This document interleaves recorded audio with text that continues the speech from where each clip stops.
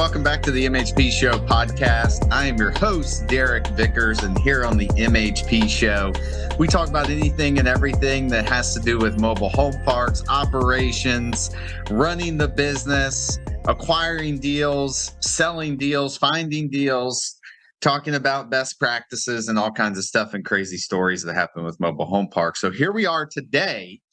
Actually, it's been a minute since I've actually done a solo episode. And I'm out on the road in LA right now. And, I still got to bring this weekly podcast to you guys because I have a fantastic and an awesome time actually doing it. And before we get started, we just did a webinar. So if you go to, I think it's parkinvestingpro.com, you can still get access to that. And also we're doing a 2-day masterclass coming up. If you go to offer, I believe that one's at parkinvestingpro.com. Let me just double check this here. I don't even know my own damn.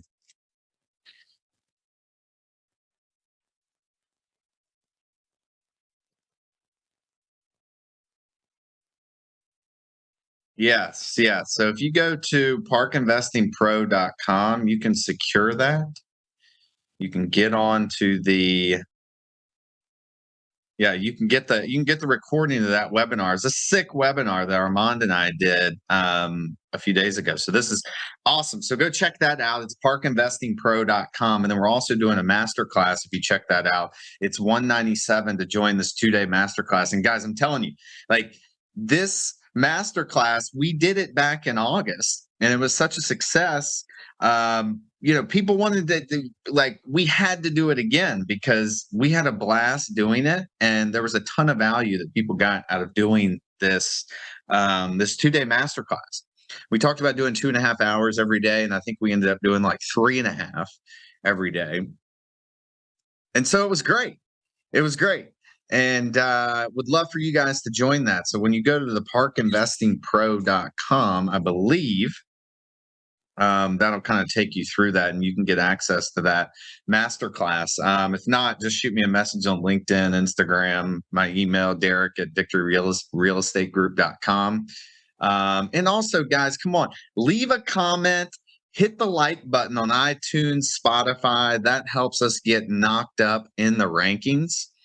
So if you do that, I'd really appreciate it if you're enjoying the show. I've gotten tons of great feedback from people. Hey, I listen to your show every week. I mean, I think it's awesome. So do that. All right. So now we're going to get into the show here. And this is something I wanted to talk about as we're doing Underwriting 101 is what this episode is. And now when we're talking about underwriting, what exactly are we looking at? Well, you're actually determining the underlying asset's value. Right. And people that are new in the business, they may not understand exactly how to do that yet. And that's what we're going to talk about today, because, when I was new, it was like, man, how do I tell if a deal's even good or not? Right. How do I tell that? How do I actually look at a deal, see if it's good and see if it's even worth my time of putting in this time and effort? Right. And so when we're underwriting, there's just a couple different definitions of underwriting, but we're really determining the asset's value or its ability to produce cash flow now and ongoing into the future. All right. So as we're talking about underwriting, you're calling sellers, you're on the phone with sellers. Like, what information do you need to actually figure out if this deal is good or not? Right. So there's really 3 basic things that you need. You need the number of lots, really occupied lots. And we'll talk about vacant pads, valuing those here in a second. But we need the number of occupied lots, the amount of lot rent that they're paying, and the utility setup. All right. Now, why do we need those things? Well, let's just take this simple example. They're all tenant-owned homes. Okay. You don't own any of the homes as you're acquiring the park. So you need to know how many people are there paying rent today to determine the value.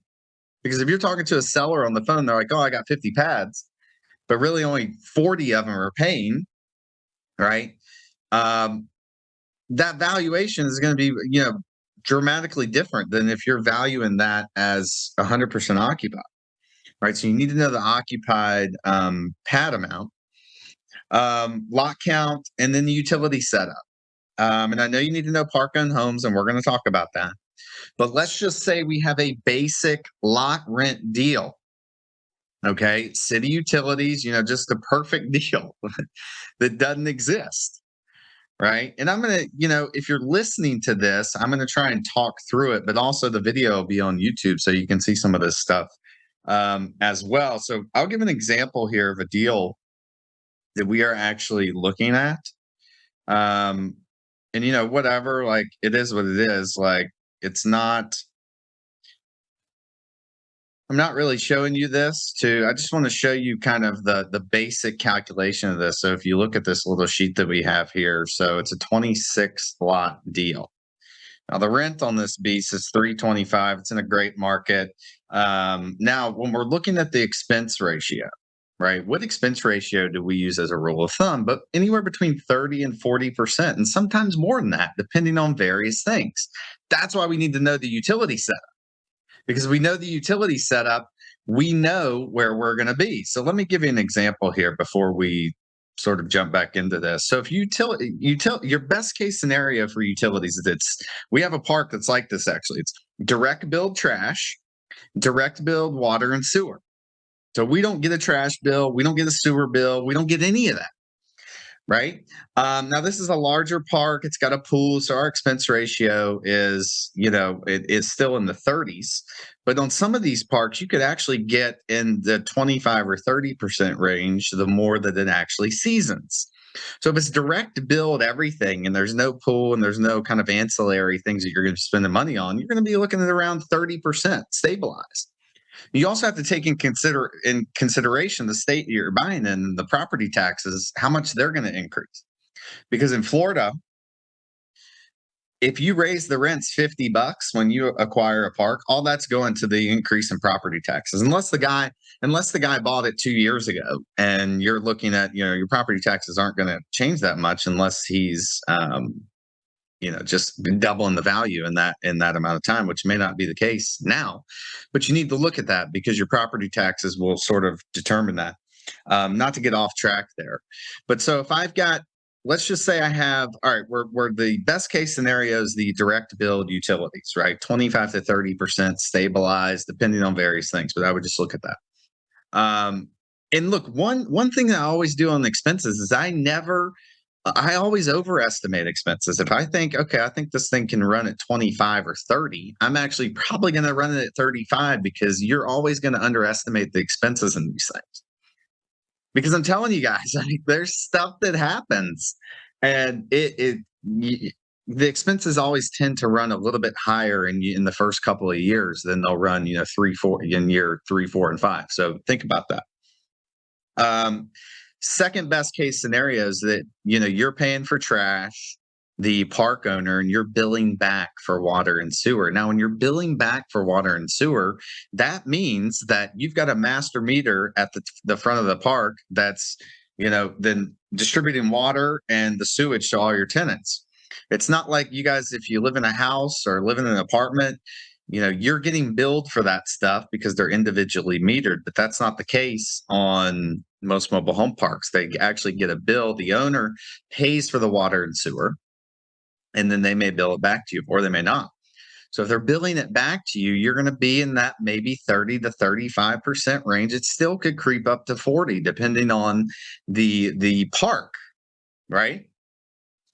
Because when you're billing back utilities, I think we're at like 70% on some of our stuff now, bill back rate. I think 80 is good. You're never going to get to 100. I haven't heard any operator say that they're pulling in, they're recapturing 100% of their bill back. It's just not going to happen. And if you are, let me know, and let me know the secret to that. Because getting that bill back at 100% is difficult, if not impossible. And 80% is usually really, really good if you get anything over 80% on your recapture rate. That is fantastic. All right. So now, so we're looking at that. If you're billing back, you're still going to be 35 to 35%. And now when we're talking about private utilities, you could be up in the 35, 40, 45% range, right? And why is that exactly? Well, if you have a well system, or you have septic at the park, it can be a little deceiving because if you're looking at a P&L, you're like, shit, man, like I've got no septic expenses this month. I didn't pump the septics out, right? It can be a little deceptive, right?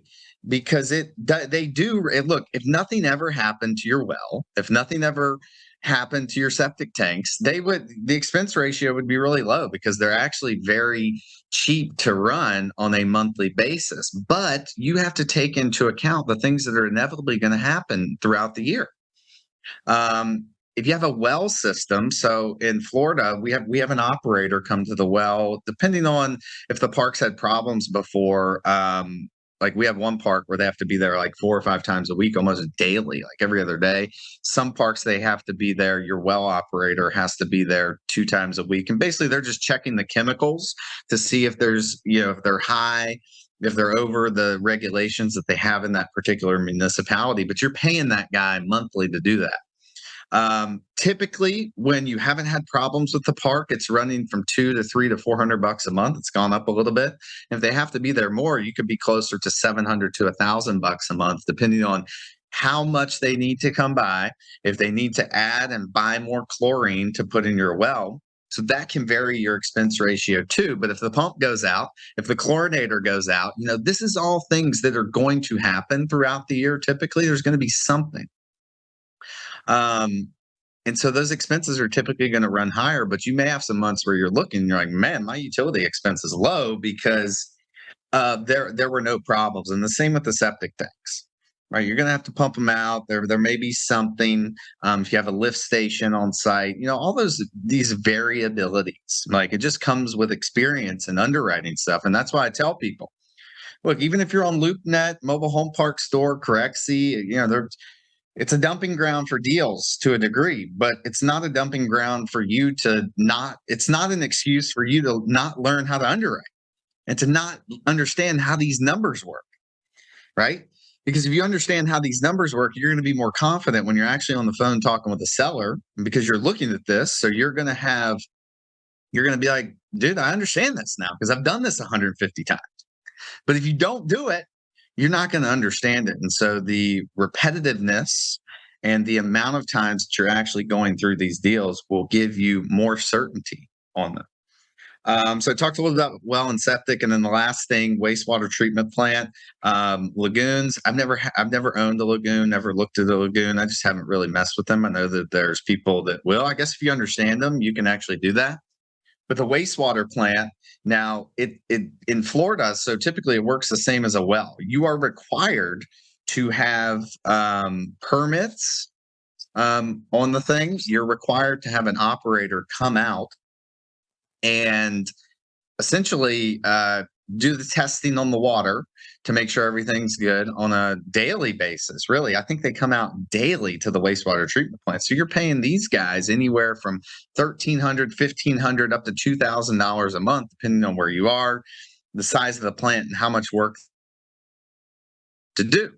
And that up, right? That's 2,000 times 12 is $24,000 a month, depending on how big the park is. That's a massive expense. So we have a park, it's a smaller park. It's a 30-lot park. And I think we pay Dave, trying to see how much we actually pay Dave to come out there, but I know it's $1,500 or something. Maybe it's $1,200. I'd have to look at that, but let's just call it $1,500. That's $18,000 there. Now, our gross revenue here is, I think so that's like 5%, anywhere between 5 to 10% of the gross revenue there. So look, it's a big expense, right? We're getting higher rents there, so it's fine. We're doing really, really well on that deal. But the expense ratio can be a little bit higher because you got a wastewater treatment plant. All right. So man, I could continue talking about utilities on a daily basis now, like just for hours, right? Because there's just so many little nuances in regards to these things. All right, so I'm going to go back and share here, and I'll talk through this for you guys that are listening here. So look, we have this 26 lot deal at $325 a month, all tenant owned homes. This is actually direct build stuff, right? So I'm looking at this. This is a Florida deal, so I know. So 325 times 26, that's 8,450 times 12. So I have $101,400 of gross revenue currently on the in-place income. Now, why am I saying 35% expense ratio? Well, because this guy has owned the park forever and his tax basis is really low. So you're going to get just slaughtered on property taxes. You might even be here. You might even be here. You might even be 40%. But let's just say 35. So actually, I'm going to take that 101,400. And if I'm doing this on my phone, I'm going to do times 0.65. And my NOI is 65. Let's see, $65,910. Okay. Now, one way I can look at this deal is I can take the $65,000, the NOI, that's the net operating income, and divide that by the purchase price. 1.3 million on this deal. Now, that is a 5 cap, right? Okay, that's a 5 cap deal. Is that a good deal in the in place? Small deal, Florida could be, couldn't be, depending on how you're looking at deals, right? Probably a little overpriced. I mean, this is a nice park, but still, it's probably a little overpriced. All right. Now, this particular deal, let me just back up here. So that's one way you can look at it. You can check the cap rate. So maybe you've got a rule of thumb. Hey, I need an in-place 8 cap in year 1. This is a 5 cap that we just talked about. So I can mess with this here.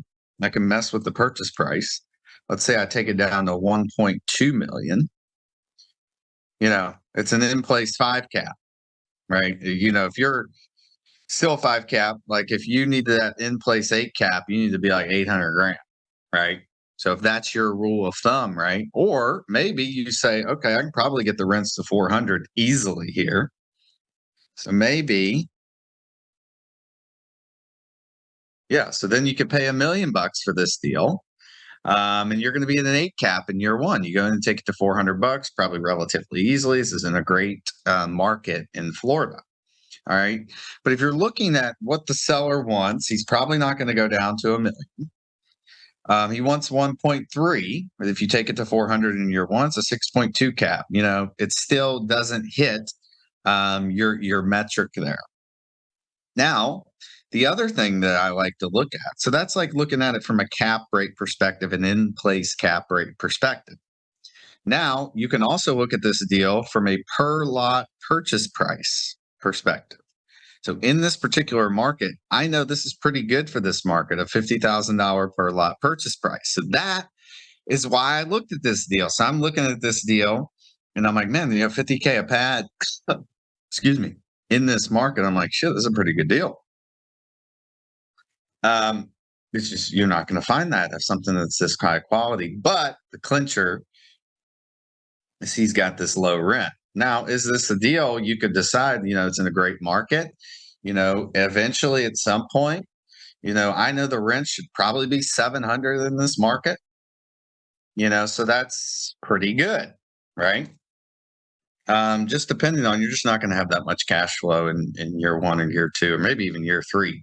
All right. So that's another way to actually look at the deals. If you understand the market and know what a good per lot purchase price is, it's just another angle of looking at a deal. So we did the cap rate, like we can look at the in-place cap rate or what the cap rate would be after you do some value add things when you purchase the property.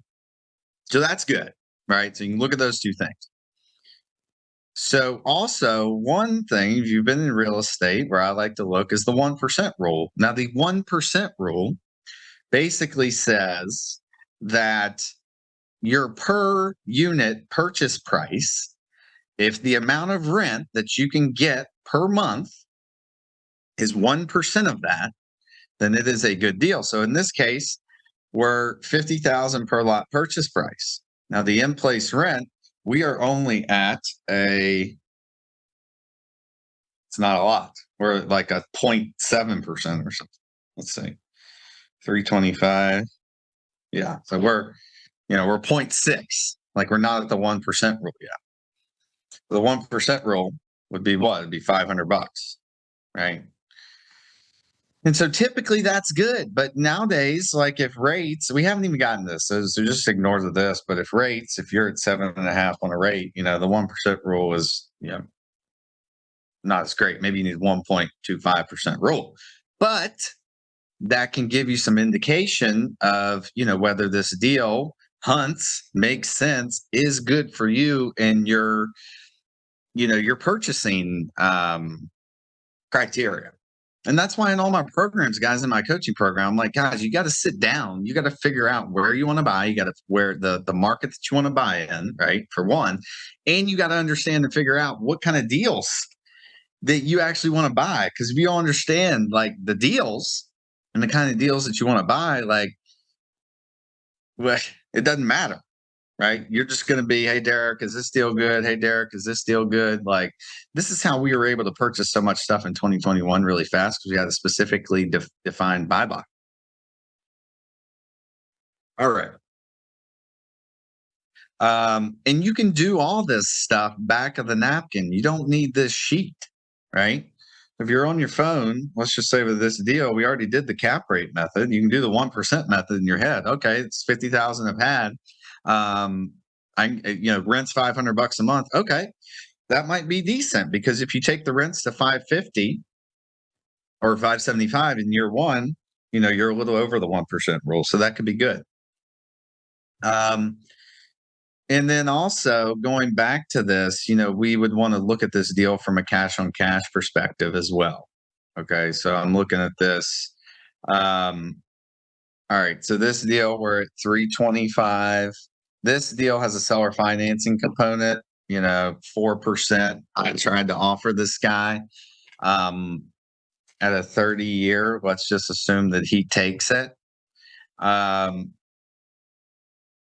Still not that great. But if we're going to 400 in year one, it might be okay. And maybe he gives us some interest only, which I asked for. Then you're at a 9.3% cash on cash return. Right. So, could be pretty good. I mean, it just depends on your deal, your criteria.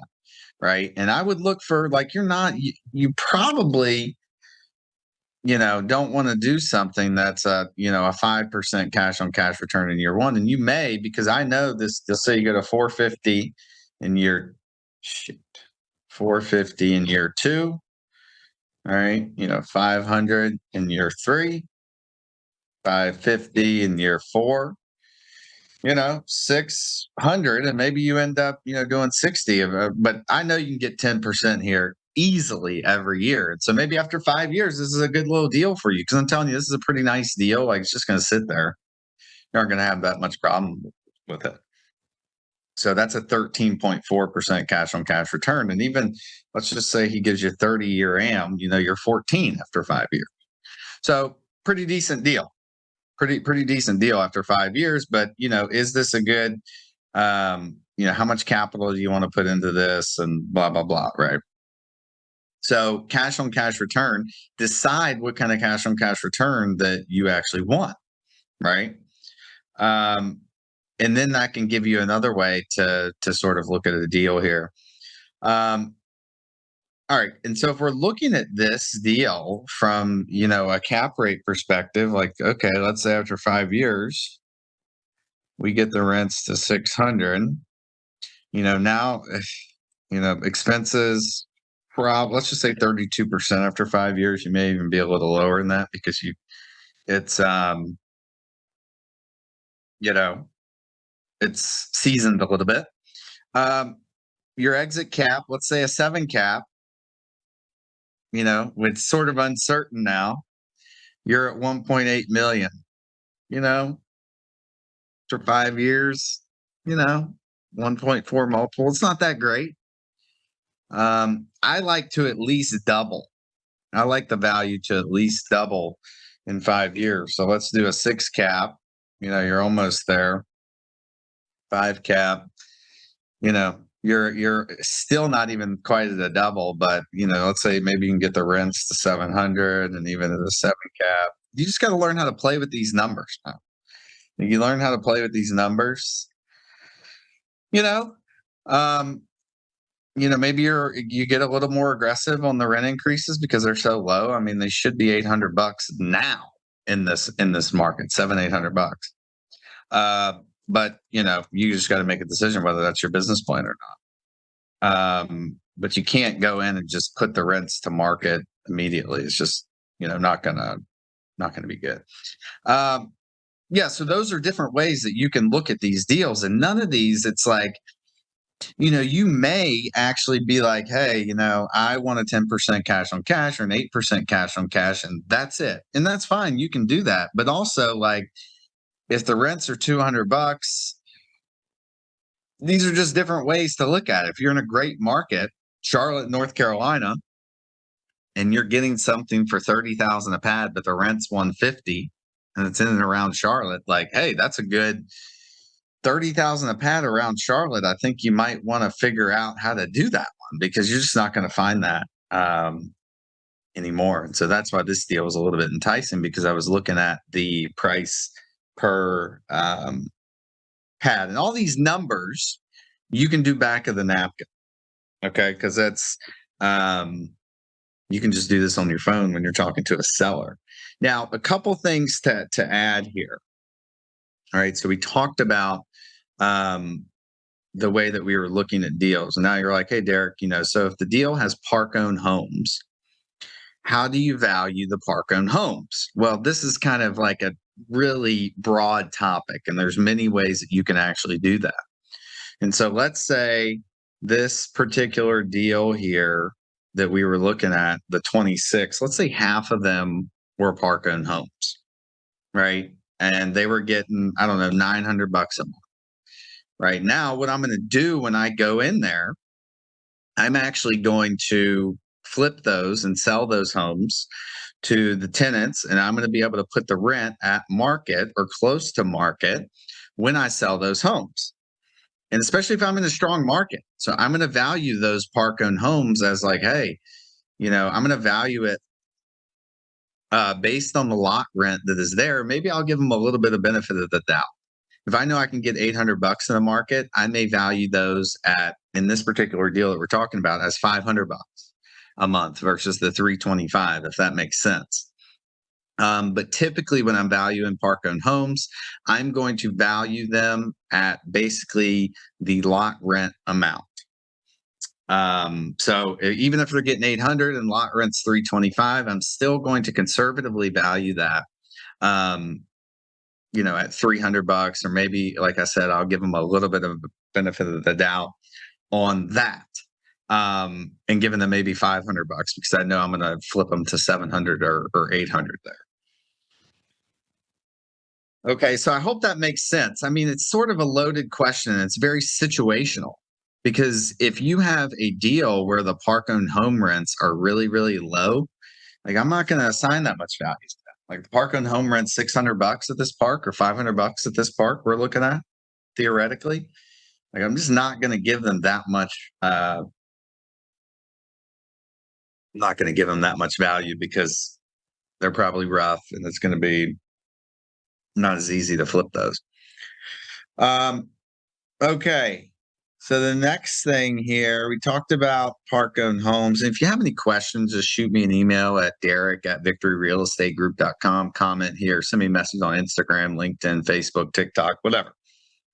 All right. So there's other little things that you can have in your underwriting too, that it's always like mobile home parks come with some weird stuff too. So you may have apartments. You may have efficiency apartments like we have.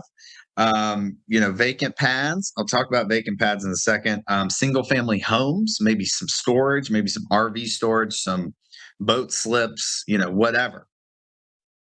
And so also, like, if the RV lots are vacant, I'll go ahead and let me just jump into the vacant lots. So let's just say we have vacant lots there, right? I usually do not assign vacant lots any value for a couple of different reasons, because it's not just like, hey guys, let's go move a home on these things. It takes a lot of capital to do that, a lot of work. Is the electric there? Is the electric up to code? Is the plumbing there? Is it up to code? Is the water there? Is it up to code? Right? Can you even move a new home in this municipality? Right? Can you do that? Is the lot big enough? Right? Do you have demand for it? So there's all these various questions that you need to ask. Now, I typically, I would typically not apply any value to that when I'm looking at deals. Now, I guess if you're in a market, if you've got the capital to bring in, and that's your business plan to um, bring in used homes or new homes, and the infrastructure's there, it's up to code, right? Maybe you do assign a little bit of value to them. But even then, I'm going to really do a more conservative valuation underwriting and not, right? And, so the deal may work, if I'm assigning no value to them. But you can, because it typically costs, I would say, I don't know, 15 grand to get a lot up, maybe more, maybe less. But that's really what you're looking at. But I usually don't assign value to those. But your apartments, your single family homes and things like that you're going to have, that you're probably getting more rent for those than you are that's more than your lot rent. All right. We have that. So typically when I'm going in a deal and valuing those, I'm just valuing those. Let's say I'm just valuing those at the lot rent amount, because you're going to have expenses, you're going to have things, you're going to have problems with those that you're going to have to fix. And so you doing a conservative evaluation. So for example, if I'm renting a single family home for $1,200, apartments are renting for $1,200, and the lot rent here is $600. In my underwriting, if there's 30 total units, 26 mobile homes and 3 apartments and 1 single family home, I'm just going to levelize that lot rent, right? So if it's $600, I'm going to underwrite it as if it's 30 at $600, because that's going to handle my expenses usually, right? And it's still being pretty conservative on your underwriting.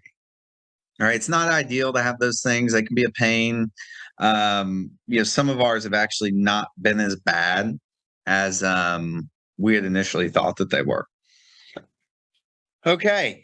RVs, if there's an RV component, right?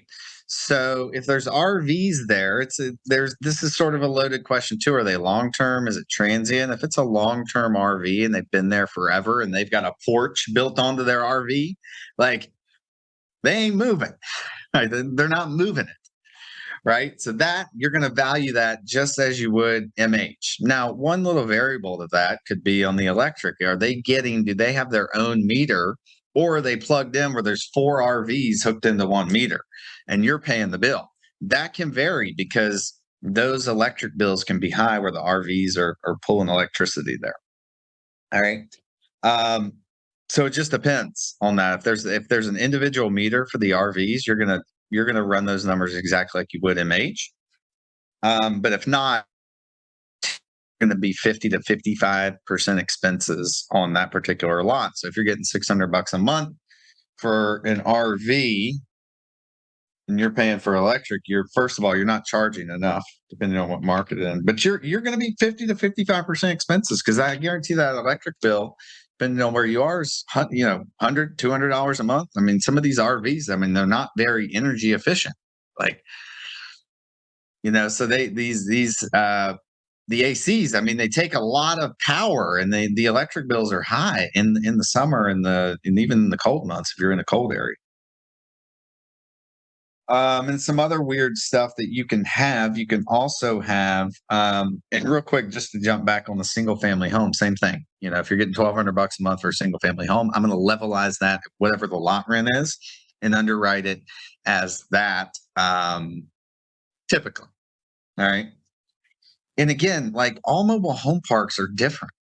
And so there may be situations where I don't do that. So a situation where, and I explained this a little bit earlier. So if I'm getting $1,200 for the single family home, lot rent's $325, and I know the lot rent should be a little bit higher. So maybe I value that home at a little bit higher of a lot rent and give them the benefit of the doubt. on that. So I hope that makes sense. Last thing you can have storage units, RV storage, boat slips. Look, guys, unless they're like 100% full, I'm not going to apply much value to these things at all. It's just going to be extra. I'm not going to have this ancillary stuff like fully underwritten and that be the determinant of a deal in some of these smaller deals. Now, maybe in a massive deal where there's something and it's fully stabilized, it's class A, maybe you would. But I'm just not going to underwrite that much of that income because my investment is not going to be hindered upon whether Susie decides to keep her boat there in the next year or two. It's just going to be extra income for me.